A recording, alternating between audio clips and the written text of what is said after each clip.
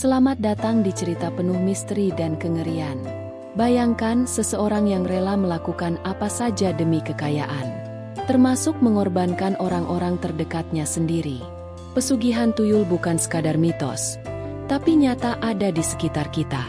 Dan di balik kekayaan yang melimpah, ada harga yang harus dibayar, harga yang lebih mengerikan dari yang bisa dibayangkan. Malam ini, bersiaplah untuk mendengar kisah yang akan membuat bulu kuduk kalian berdiri. Jangan dengarkan sendirian, karena bisa jadi ada yang ikut mendengarkan dari balik kegelapan. Sebelum kita mulai, jangan lupa subscribe, like, dan share cerita ini agar makin banyak orang yang tahu tentang bahaya pesugihan. Untuk kalian yang sudah subscribe, semoga rezeki kalian lancar, hidup berkah, dan dijauhkan dari segala mara bahaya. Sekarang matikan lampu, pasang earphone, dan dengarkan dengan saksama. Selamat datang di Pesugihan Tuyul Super, Tumbal 6 Istri. Malam itu hujan turun deras, membasahi jalanan tanah yang licin di desa. Cahaya bulan tertutup awan gelap, menyisakan suasana yang suram dan mencekam. Dari kejauhan, rumah besar milik Rengga berdiri megah, mencolok di antara rumah-rumah warga lainnya yang masih berdinding kayu dan beratap genting tua. Rumah itu baru dibangun beberapa tahun terakhir, seiring dengan melonjaknya kekayaan Rengga yang tak masuk akal. Dulu, Rengga hanyalah lelaki biasa. Penghasilannya pas-pasan, cukup untuk makan sehari-hari. Namun, dalam waktu singkat, hidupnya berubah drastis. Ia membeli tanah luas, membangun rumah mewah, dan membeli mobil mahal. Setiap hari, orang-orang melihatnya memakai pakaian mahal, perhiasan berkilauan, dan hidup tanpa kesulitan. Rengga itu dulu kerja serabutan. Kok sekarang bisa jadi orang kaya? Bisik seorang warga di warung kopi. Aku dengar katanya dia punya usaha properti. Sahut yang lain. Tapi anehnya, nggak ada yang pernah lihat dia kerja. Tiba-tiba aja duitnya banyak. Tambah seorang pria tua sambil menyeruput kopinya. Kecurigaan makin menjadi-jadi ketika satu persatu istri Rengga menghilang tanpa jejak. Istri pertamanya, Sari, menghilang begitu saja setelah 2 tahun menikah. Lalu istri keduanya, Ningsih, pun raib tanpa kabar. Begitu juga dengan istri ketiga, keempat, dan kelima. Mereka semua lenyap seolah ditelan bumi. Kini, hanya Arini, istri keenamnya, yang masih bertahan. Tapi para warga sering melihatnya berjalan dengan wajah pucat dan mata kosong. Ia jarang berbicara dan selalu tampak ketakutan. Setiap malam, dari rumah besar itu, sering terdengar suara tangisan lirih, namun tak ada yang berani mencari tahu. Malam itu, di tengah suara hujan yang mengguyur deras, seorang lelaki tua bernama Mbah Surya duduk di serambi rumahnya. Ia menatap rumah Rengga dengan sorot mata tajam. Sebagai orang yang memahami ilmu gaib, ia merasa ada sesuatu yang tidak beres. Kekayaan yang datang terlalu cepat tanpa usaha. Pasti ada bayaran yang harus diberikan, gumamnya pelan. Tiba-tiba, di antara suara hujan, terdengar suara kecil. Seperti suara tawa anak-anak. Suara itu datang dari rumah Rengga. Namun, semua orang di desa tahu, Rengga tidak punya anak. Malam semakin larut. Hujan belum juga reda, justru semakin deras menghantam genting rumah. Angin kencang berembus melewati celah-celah jendela, membuat tirai di dalam rumah Rengga berkibar pelan. Suasana rumah itu begitu hening, hanya suara tetesan air dari atap yang jatuh ke lantai marmer yang terdengar. Di sudut ruangan, Arini berdiri dengan tubuh gemetar. Matanya yang sembab menatap suaminya yang duduk santai di kursi besar, mengenakan pakaian tidur mahal dengan jari-jari yang dihiasi cincin emas tebal. "Ada apa? Kenapa kau gemetar begitu?" tanya Rengga dengan suara pelan. Namun Arini tak menjawab. Dari arah kamar belakang, terdengar suara cekikikan lirih, seperti suara anak kecil yang sedang bermain. Arini menegang, dadanya berdegup kencang. Ia tahu betul suara itu bukan berasal dari manusia. Rengga menghela napas panjang, lalu bangkit dari kursinya dan berjalan pelan menuju kamar belakang. Arini hanya bisa menahan napas. Matanya menatap pintu kamar itu dengan rasa takut yang tak bisa dijelaskan. Pintu terbuka dengan bunyi berderit pelan. Ruangan di dalamnya gelap. Hanya ada lampu kecil yang berkedip-kedip. Arini bisa melihat bayangan-bayangan kecil bergerak di sudut ruangan. Beberapa makhluk bertubuh mungil dengan kepala botak, mata merah menyala, dan kaki yang bergerak lincah. Mereka berbisik-bisik satu sama lain. Suara mereka lirih namun menggema di dalam ruangan. Rengga tersenyum tipis. "Sudah malam. Kalian tahu apa yang harus dilakukan," ucapnya dengan nada datar. Tiba-tiba, makhluk-makhluk kecil itu bergerak dengan cepat. Tubuh mereka seolah menghilang dalam kegelapan, hanya meninggalkan suara tawa kecil yang melayang di udara. Arini menutup mulutnya rapat-rapat, menahan rasa takut yang hampir membuatnya pingsan. Ia tahu, tuyul-tuyul itu sedang keluar untuk mencuri harta dari orang-orang desa. Tapi yang lebih menakutkan dari semua itu bukanlah pencurian mereka. Yang lebih mengerikan adalah setiap kali mereka kembali membawa harta, ada harga yang harus dibayar. Dan Arini tahu persis bagaimana 5 istri Rengga sebelumnya menghilang tanpa jejak. Malam itu, ia tak bisa tidur. Matanya terus menatap langit-langit kamar yang dihiasi ukiran kayu mahal. Di luar jendela, hujan masih deras. Sesekali kilat menyambar, menerangi ruangan dalam sekejap. Arini menarik selimutnya erat-erat, berusaha menghangatkan tubuhnya yang menggigil. Ia tak tahu apakah itu karena udara dingin atau ketakutan yang semakin menghantuinya. Saat ia hampir memejamkan mata, suara langkah kaki kecil terdengar di luar kamar. Bukan 1 atau 2 langkah, tapi banyak. Arini menahan napas. Keringat dingin mulai membasahi dahinya. Ia berharap itu hanya perasaannya saja. Namun suara itu semakin dekat. Srek, srek, srek. Langkah-langkah kecil itu berhenti tepat di depan pintu kamar. Sini. Arini menggigit bibirnya.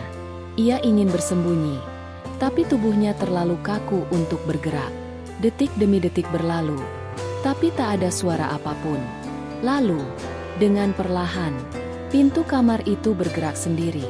Arini nyaris menjerit, tetapi ia membekap mulutnya sendiri. Dalam celah pintu yang terbuka, ia bisa melihat sesuatu berdiri di luar. Matanya besar, merah menyala, menatap langsung ke arahnya. Arini tak bisa lagi menahan tangis. Ia tahu, malam ini, mungkin gilirannya telah tiba. Arini menahan napas.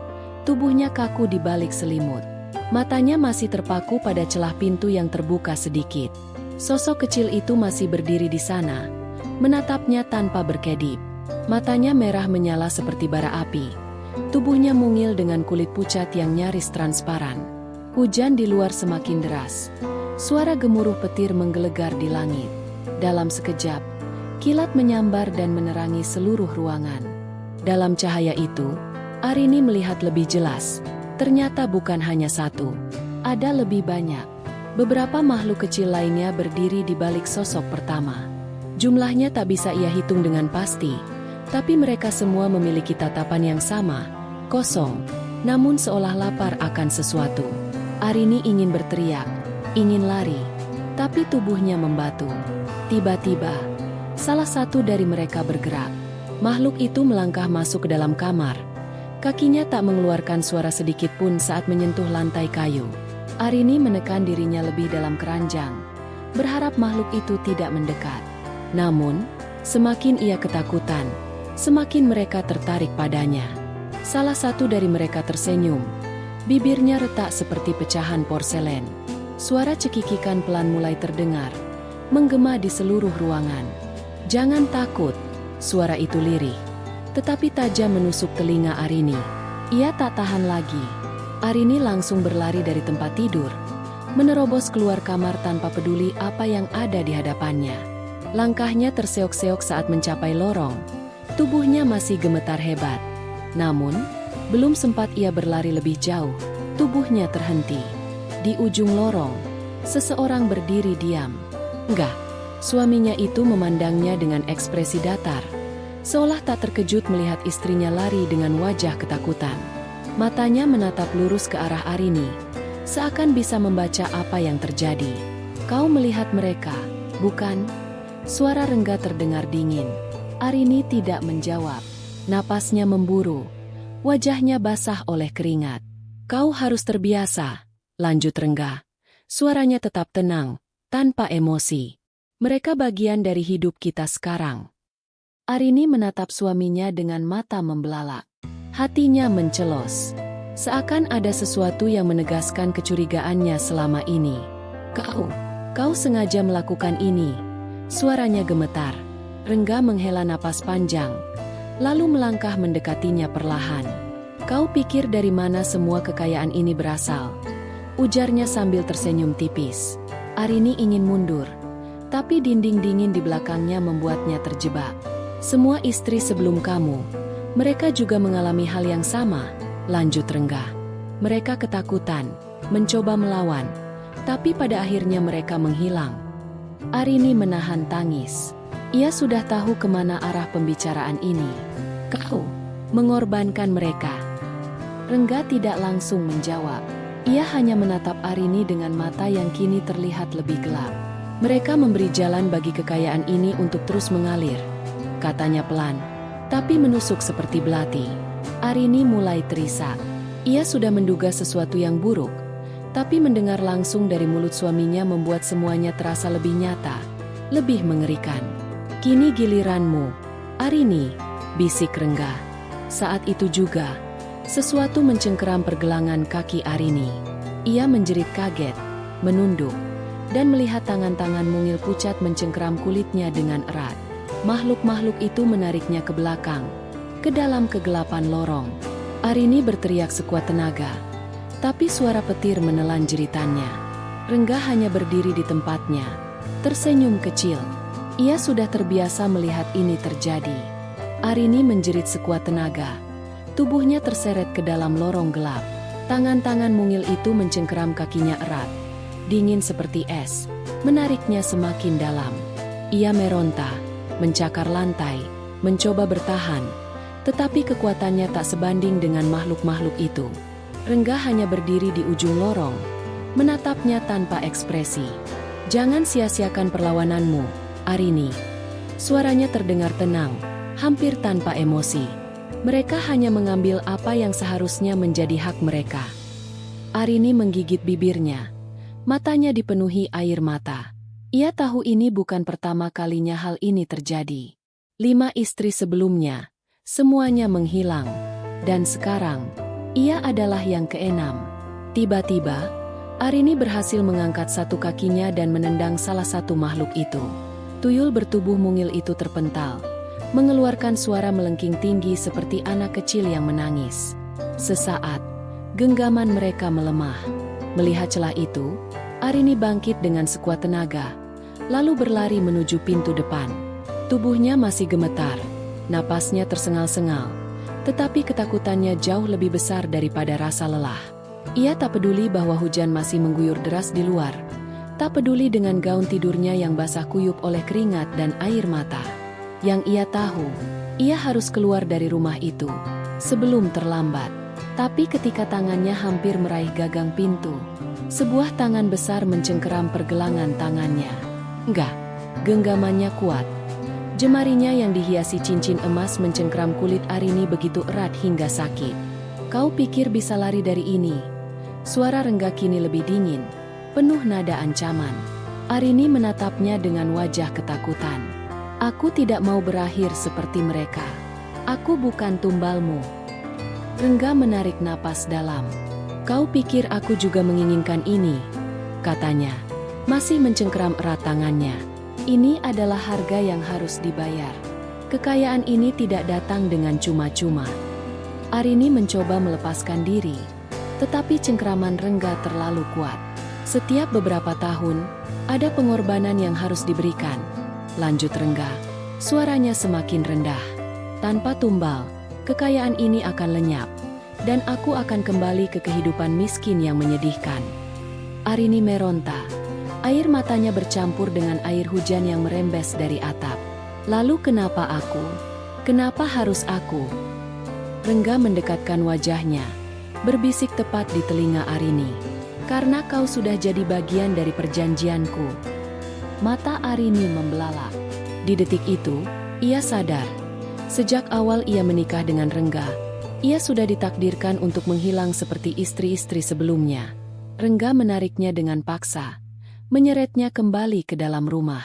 Arini meronta semakin keras. Kuku-kukunya mencakar tangan suaminya hingga berdarah, tetapi Rengga tak peduli. Tiba-tiba, dor! Sebuah suara tembakan menggema di udara. Rengga terhuyung ke belakang, genggamannya terlepas. Arini jatuh terduduk di lantai. Matanya membelalak melihat sosok yang berdiri di ambang pintu. Mbah Surya. Pria tua itu berdiri tegap meski tubuhnya sudah renta.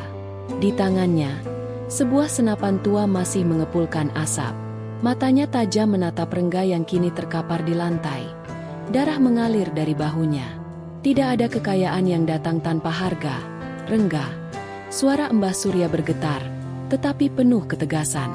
Dan malam ini, waktumu sudah habis. Arini menatap pria tua itu dengan air mata yang masih menggenang. Pergi dari sini sekarang, kata Mbah Surya padanya. Jangan pernah kembali.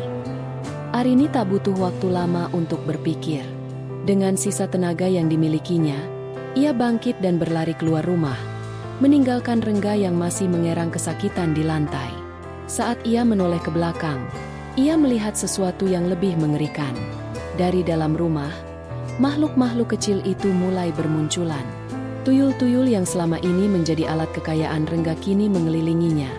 Mata mereka yang merah menyala penuh dengan sesuatu yang tidak bisa dijelaskan. Arini berlari sekuat tenaga, meninggalkan suara jeritan yang menggema di belakangnya. Dan malam itu, untuk pertama kalinya, rumah besar Rengga tak lagi menyimpan suara tawa kecil. Yang ada hanyalah sunyi. Arini berlari tanpa henti. Hujan yang deras membasahi tubuhnya, membuatnya hampir tergelincir di jalanan tanah yang licin. Dada sesak, napas memburu, tetapi ia tak peduli. Yang ada di pikirannya hanya satu, menjauh sejauh mungkin dari rumah itu. Dari kejauhan, ia masih bisa mendengar suara jeritan Rengga yang semakin lama semakin lirih. Seolah-olah rumah itu sedang menelannya hidup-hidup. Tiba-tiba, dari balik pepohonan, seseorang menarik tangannya. Arini, ini aku. Arini hampir menjerit, tetapi suara berat yang ia kenal menghentikannya. Itu Mbah Surya. Pria tua itu berdiri dengan wajah tegang. Tubuhnya masih menggenggam erat senapan tua yang tadi ditembakkan ke arah Rengga. Kita harus pergi, kata Mbah Surya cepat. Arini mengangguk, masih dengan napas tersengal-sengal. Mereka berdua bergegas menyusuri jalan setapak, meninggalkan rumah besar itu di belakang mereka. Namun sebelum benar-benar pergi, Arini menoleh sekali lagi. Dari kejauhan, rumah itu tampak seperti makhluk hidup yang sekarat. Cahaya dari jendelanya meredup satu persatu, seolah kehilangan nyawa. Suara gemuruh aneh terdengar dari dalam, seperti ada sesuatu yang berputar liar di dalam rumah itu. Kemudian, tepat saat Arini hendak memalingkan wajahnya, pintu rumah itu tertutup sendiri. Brak! Jeritan terakhir Rengga terdengar nyaring, lalu semuanya sunyi. Arini menutup mulutnya, menahan isak tangis. Ia tak pernah mengira suaminya akan berakhir seperti ini. Dia telah mendapatkan ganjarannya. Suara Mbah Surya terdengar pelan namun tegas. Setiap perjanjian dengan dunia gaib ada batasnya, dan malam ini, waktunya habis. Arini menunduk.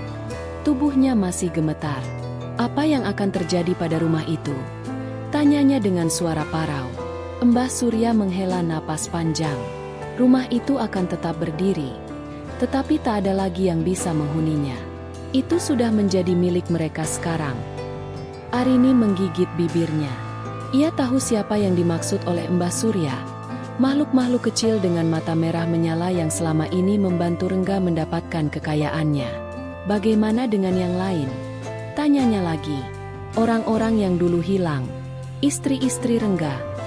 Mbah Surya menatap rumah itu lama, lalu menggeleng pelan. Mereka sudah pergi. Tidak ada yang bisa menyelamatkan mereka lagi.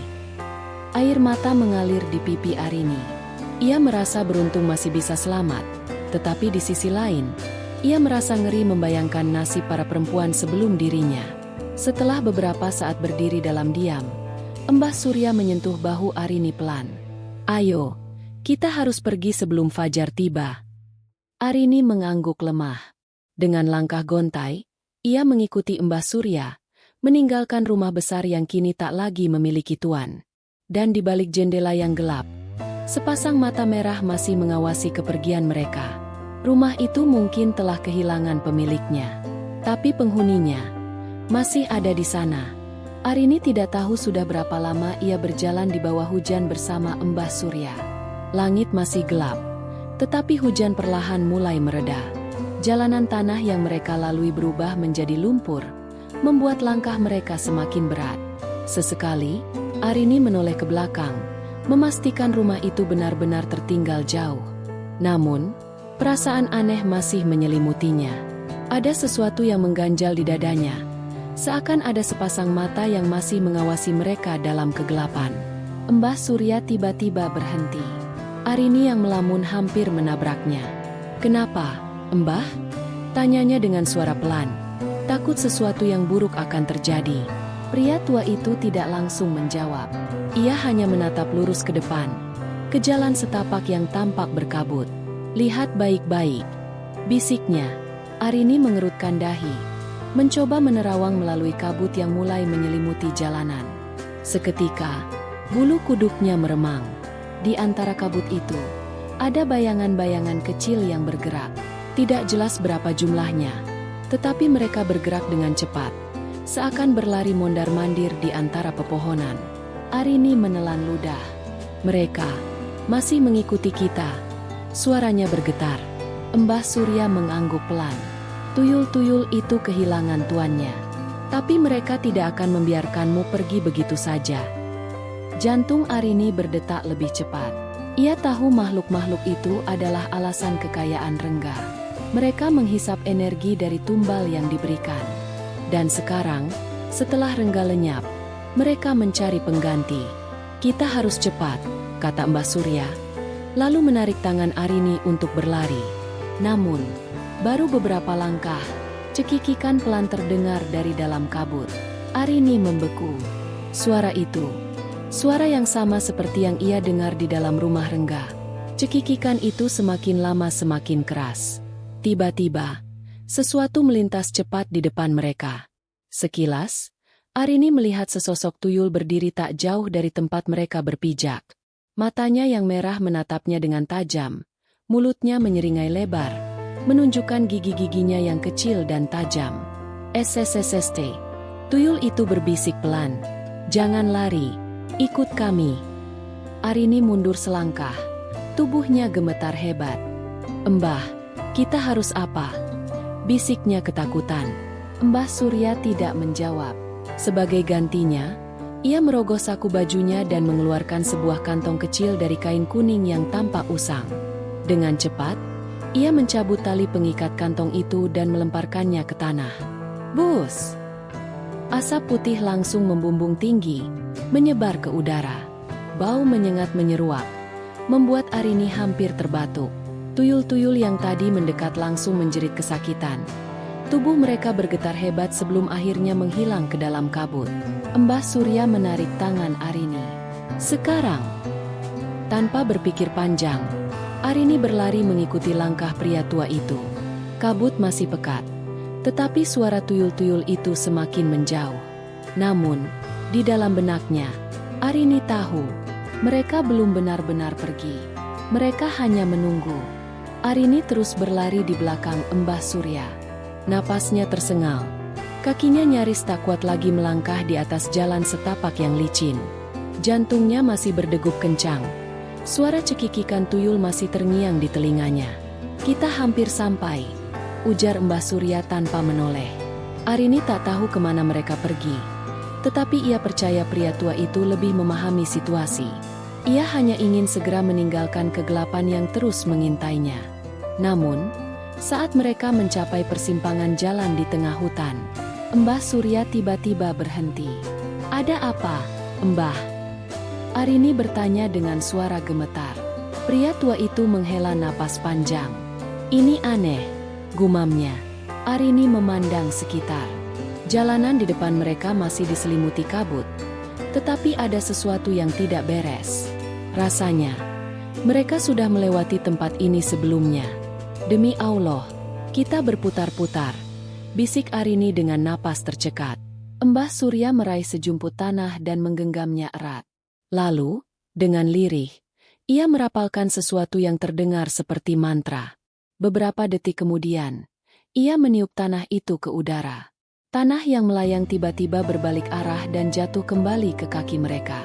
Mbah Surya mendesis marah. "Kita sedang dipermainkan," katanya sambil mengeratkan genggaman pada senapannya. "Mereka tak ingin kita keluar dari sini." Arini menelan ludah. "Lalu, apa yang harus kita lakukan?" Pria tua itu diam sesaat sebelum menatapnya dengan sorot mata tegas. "Jangan panik. Kita harus mencari celah. Apapun yang terjadi, tetaplah di dekatku." Arini mengangguk. Meskipun rasa takut sudah mencengkeram seluruh tubuhnya, mereka kembali berjalan. Kali ini lebih perlahan. Kabut semakin tebal, membuat pandangan semakin terbatas. Suara langkah kaki mereka terdengar menggema, seakan ada yang mengikuti di belakang. Tiba-tiba, cerak, sebuah ranting patah di dekat mereka. Arini menoleh dengan cepat. "Mbah, ada sesuatu di belakang kita," bisiknya ketakutan. Mbah Surya tetap melangkah, tetapi ia semakin mempercepat langkahnya. "Jangan menoleh lagi. Mereka sedang mencoba membuat kita takut." Namun, rasa penasaran Arini lebih besar daripada keberaniannya. Dengan hati-hati, ia kembali melirik ke belakang, dan saat itulah ia melihatnya. Sesosok makhluk bertubuh kecil berdiri di tengah kabut, menatapnya dengan mata merah menyala. Bukan hanya satu.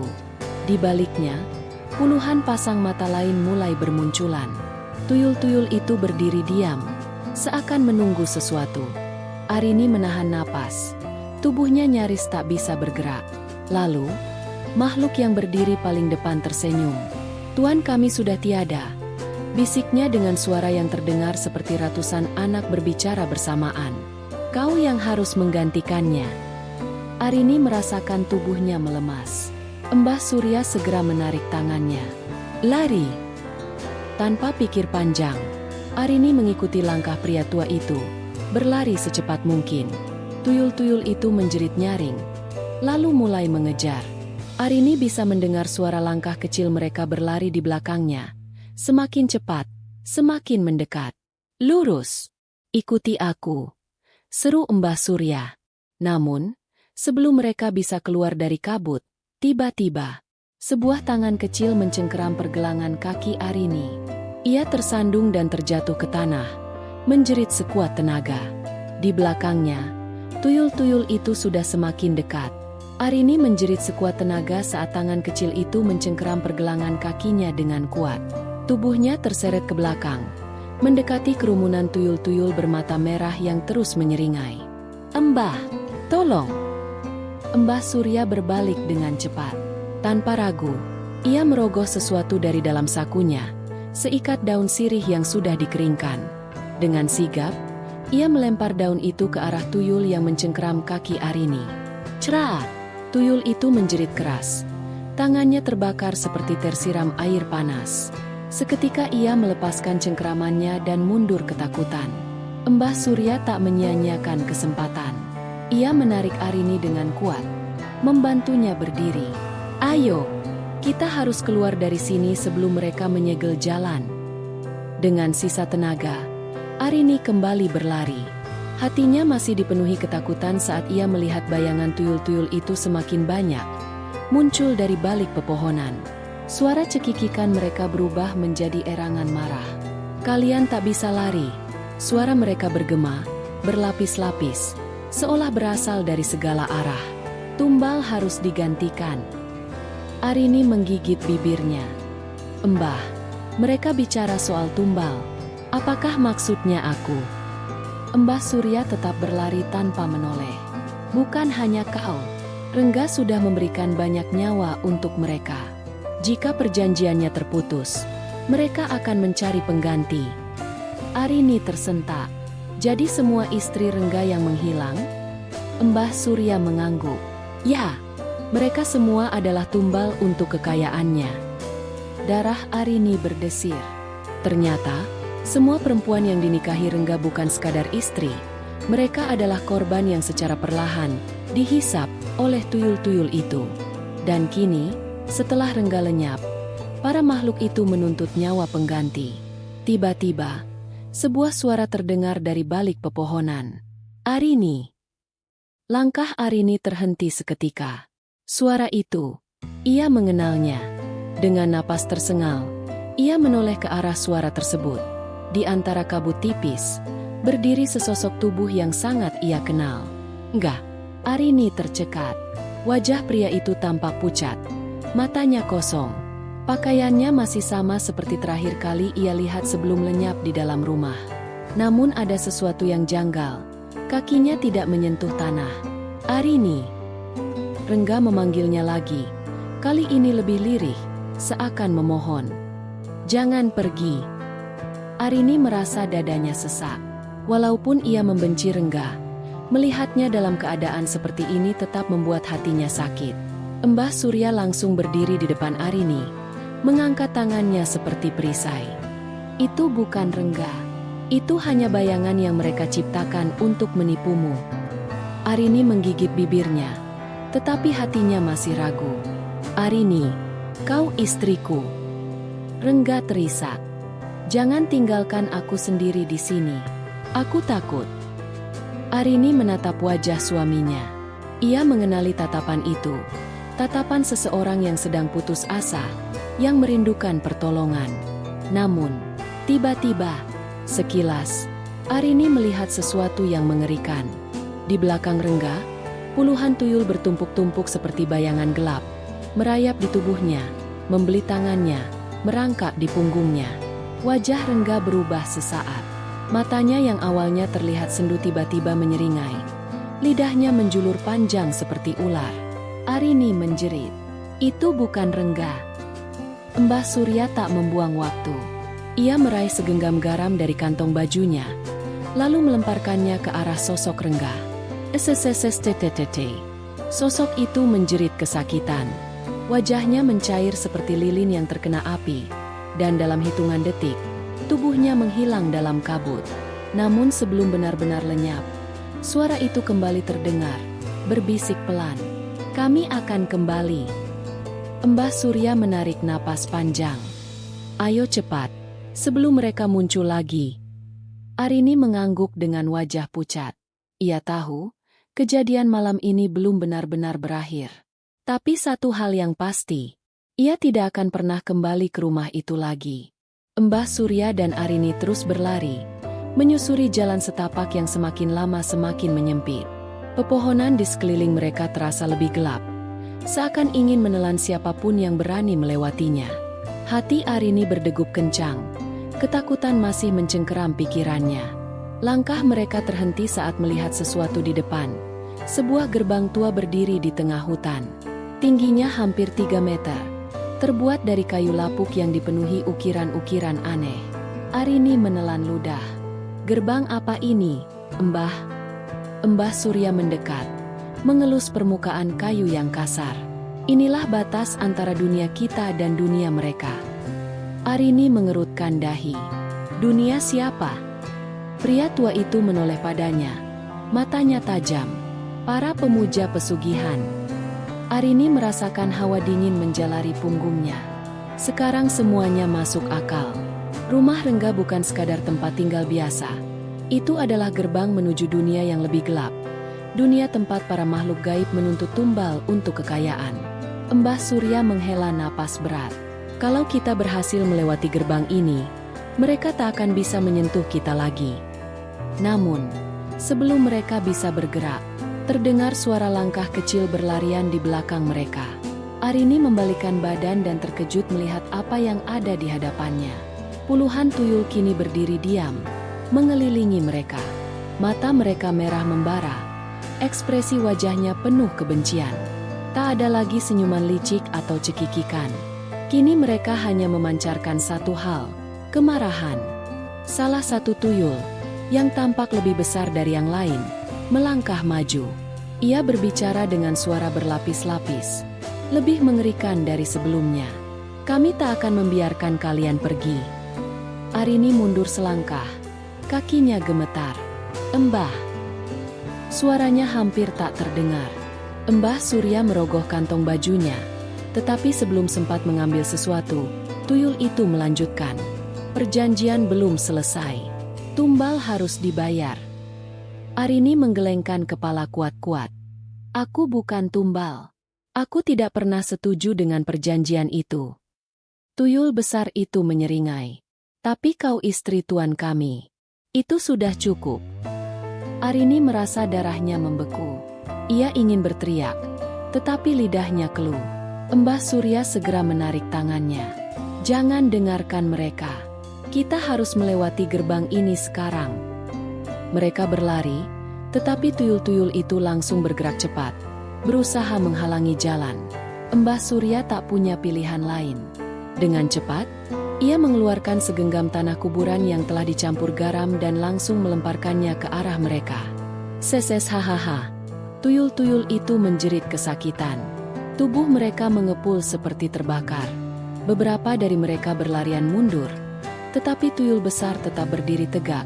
Matanya semakin menyala. Tidak ada yang bisa lari dari perjanjian ini. Tuyul itu berteriak marah. Arini dan Mbah Surya sudah tak peduli. Mereka bergegas melewati gerbang tua itu. Begitu keduanya melintasi batas kayu tersebut. Duar! Tiba-tiba, terdengar suara ledakan besar di belakang mereka. Arini terjatuh ke tanah. Sementara Mbah Surya segera menoleh. Gerbang kayu itu kini telah menghilang. Tidak ada lagi jalan setapak. Tidak ada lagi kabut. Yang tersisa hanyalah hutan biasa. Sunyi. Tanpa tanda-tanda keberadaan makhluk-makhluk tadi. Arini berusaha mengatur napasnya. Mbah, apakah kita benar-benar sudah keluar? Mbah Surya menatap sekeliling dengan hati-hati. Lalu mengangguk. Ya, kita sudah di dunia kita lagi. Arini menutup matanya. Menahan air mata yang hampir jatuh. Semua ini terasa seperti mimpi buruk yang tak berkesudahan. Namun, saat ia berpikir semuanya telah berakhir, terdengar suara kecil berbisik di telinganya. Kami akan kembali. Perjanjian belum selesai. Arini tersentak, menoleh cepat ke sekeliling. Namun, tak ada siapa-siapa. Hanya angin malam yang berhembus pelan di antara pepohonan. Mbah Surya menatapnya dengan serius. Mereka memang tidak bisa menyentuhmu lagi. Tapi mereka tidak akan berhenti mencari sampai perjanjian itu benar-benar terputus. Arini menggigit bibirnya. Ia tahu, meskipun ia berhasil selamat malam ini, bayangan kelam itu masih mengintainya. Dan ia tak pernah tahu, kapan mereka akan kembali menagih hak merek. Seminggu telah berlalu sejak malam penuh teror itu. Arini berusaha menjalani hidup seperti biasa, tetapi ada sesuatu yang mengganjal di hatinya. Setiap malam, ia terbangun dengan tubuh berkeringat, dihantui suara-suara yang menggema di kepalanya. Perjanjian belum selesai.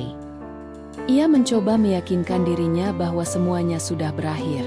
Namun, rasa takut tetap menyelimutinya, seakan sesuatu masih mengawasi dari kegelapan.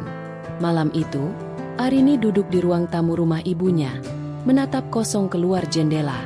Angin berhembus pelan, menggerakkan ranting-ranting pohon yang tampak seperti tangan kurus merayap di balik kaca. Ibunya mendekat, duduk di sampingnya. Kau masih memikirkan kejadian itu? Tanyanya lembut. Arini mengangguk pelan. Aku merasa mereka belum benar-benar pergi, Bu.